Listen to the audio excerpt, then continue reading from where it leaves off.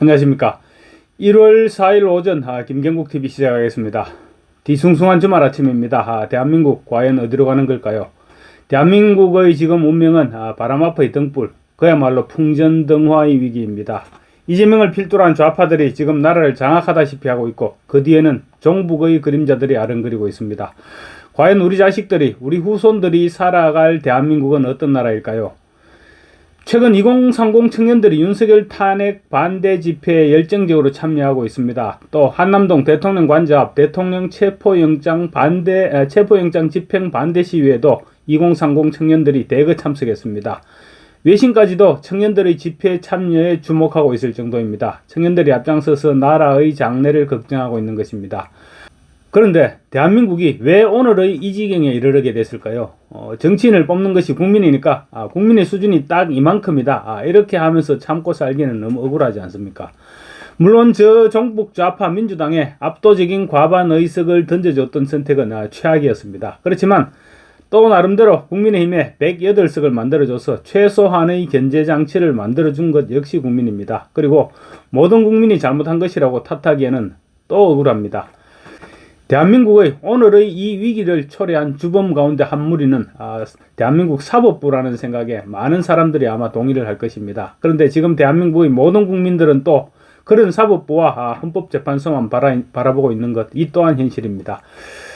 우리가 흔히 사법부를 민주주의의 최후의 보루라고 하지요. 사법부의 역할이 그만큼 중요하기 때문입니다. 그래서 과거에는 아무리 사법부에 대한 불만이 있더라도 사법부의 결론만큼은 존중하고 따랐습니다. 사법부가 나름대로 최대한 치우치지 않으려고 노력을 했고, 또 법과 정의 그리고 양심에 따라 판결한다는 신뢰를 했기 때문에 국민들도 그 권위를 인정했었던 것입니다. 그런데 지금은 어떻습니까? 과연 대한민국의 사법부가 제 기능을 하고 있습니까? 국민들이 사법부를 신뢰를 하고 있습니까? 법과 양심은 고사하고 정치권의 눈치를 보고 정치권에 기대어 정치 판결을 하기 일쑤입니다. 심지어 재판 거래 의혹까지 제기되고 있는 것이 현실입니다. 이러니 대한민국 최후의 보루가 무너졌다는 소리가 터져나오고 있는 것입니다. 문재인이 주범입니다. 문재인이 능력도 안 되는 거짓말의 명수 김명수를 대법원장으로 임명하면서 사법부가 망가지기 시작했습니다. 마이너 중에서도 마이너로 춘천지방법원장으로 마감하려던 김명수를 일약 대법원장으로 발탁하면서 대한민국 사법부의 불행이 시작됐습니다. 이때부터 판사들의 줄서기와 줄세우기가 난무했고, 좌파 판사 모임인 우리법연구소 소속 판사들의 전성시대가 시작됐던 것입니다. 법원에서는 능력 없는 좌파 판사들이 출세하기 시작했고, 판결은 좌편향으로 기울었습니다. 그게 오늘날 불행의 시작이었던 것입니다. 지금 판사들은 어떻습니까? 물론 모든 판사가 그런 것은 아닙니다. 대부분의 판사들은 공정하고 법과 원칙에 따라 공정한 판결을 내리고 있고 또 그러려고 노력을 하고 있다는 것을 알고 있습니다. 그렇지만 정치적 이념으로 똘똘 뭉친 일부 판사들이 앞장서서 나라를 망치고 있습니다. 1심 법원부터 대법원 판사까지, 또 각급 선관위원장을 맡고 있는 대법관이나 지방법원장, 그리고 심지어 헌법재판소 재판관까지 정치색에 물들어서 지금 정치적 판결을 내리고 있습니다. 윤석열 대통령이 그걸 바로잡으려고 임명했던 조희대 대법원장은 역부족인 것 같습니다. 힘이 딸리는지 아니면 능력이 없는지 의지가 없는지는 몰라도 지금 법원을 제대로 컨트롤하지 못하고 있는 것으로 보입니다. 우선 가까운 사례부터 하나씩 들어보죠. 윤석열 대통령의 체포영장을 발부했던 서울서부지방법원 이순형 영장전담 부장판사는 우리법연구회 소속 좌파 판사입니다. 오동훈 공수처장이 관할 법원인 서울중앙지방법원이 아니라 말도 안 되는 논리로, 아마 이 부분은 나중에 심판을 받아야 할 것입니다. 어쨌든 간에 말도 안 되는 논리로 서울 서부지방법원에 영장을 청구했던 것도 서부지법의 유일한 영장전담 판사인 이순형 판사가 좌파 판사였기 때문이 아니었을까 싶습니다. 이순형 판사는 33시간 동안 고민하는 모양새를 띠다가 예상대로 영장을 발부했습니다. 내란죄 수사권도 없는 공수처에 대통령 체포영장까지 안겨졌습니다. 뿐만 아니라 영장의 군사상 비밀을 요하는 장소는 그 책임자의 승낙 없이는 압수 또는 수색할 수 없다는 형사소송법 110조와 111조의 적용을 받지 아니한다는 단서조항을 붙이는 월권까지 저질렀습니다. 말도 안 되는 정치 판결이었습니다.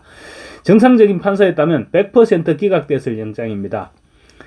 이재명의 위정교사 혐의에 대해서 무죄를 선고한 서울중앙지법 형사 33부 김동연 판사는 어땠습니까?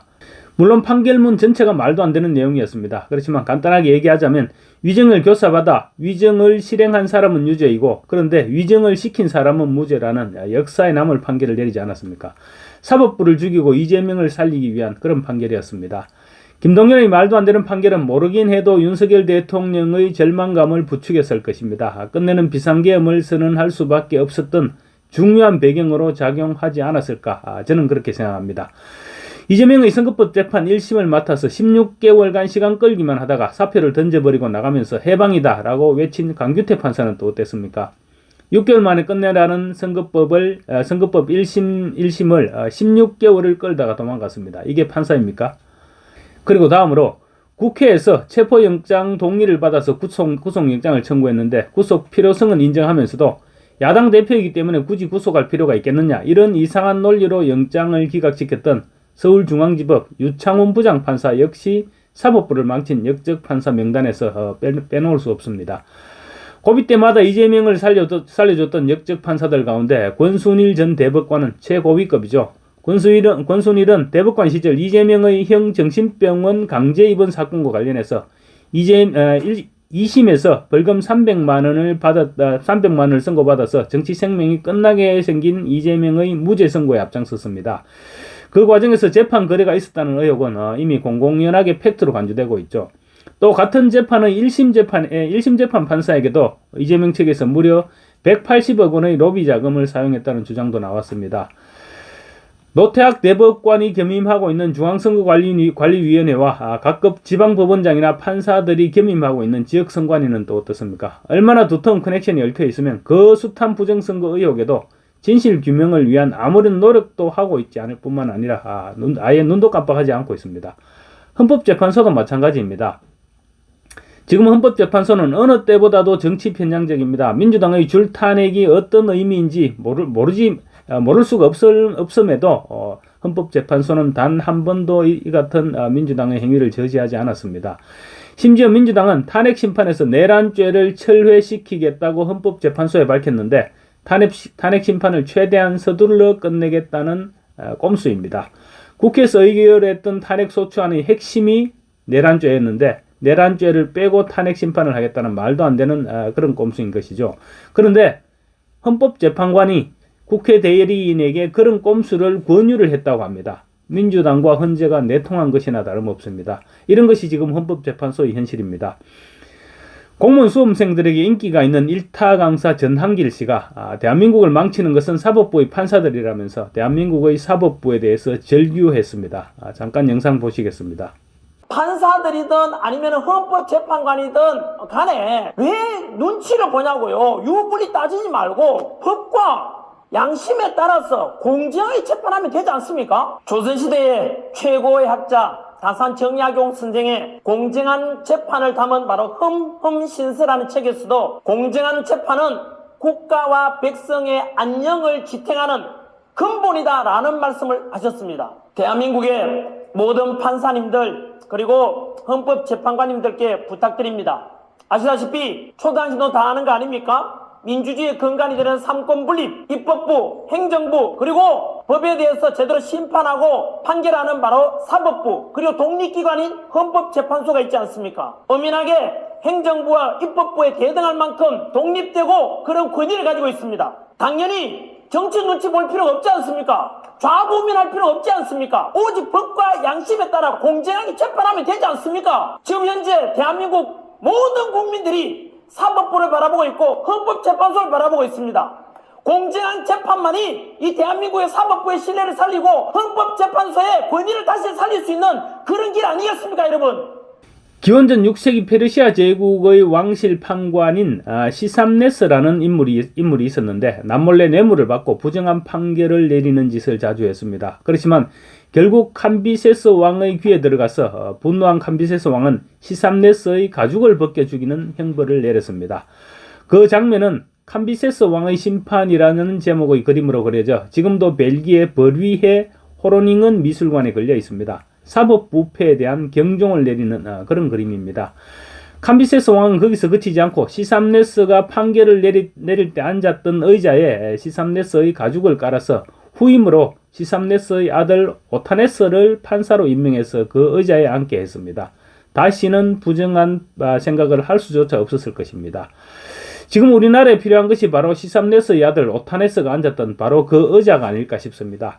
법은 나라의 질서를 지키는 최후의 보루이고 사법부는 그 법을 지키는 수단입니다. 그런데 그런 사법부가 정치에 물들고 돈에 찌들어 신뢰를 상실하고 있습니다. 법과 원칙에 따라서 양심껏 판결하기가 어렵다면 사법부를 떠나면 될 일입니다. 돈이 목적이라면 변호사를 개업해서 양아치들도 변호하고 하면서 편안하게 살면 됩니다. 사법부 내부의 각성이 지금 어느 때보다 필요한 그런 시점인 것 같습니다. 감사합니다.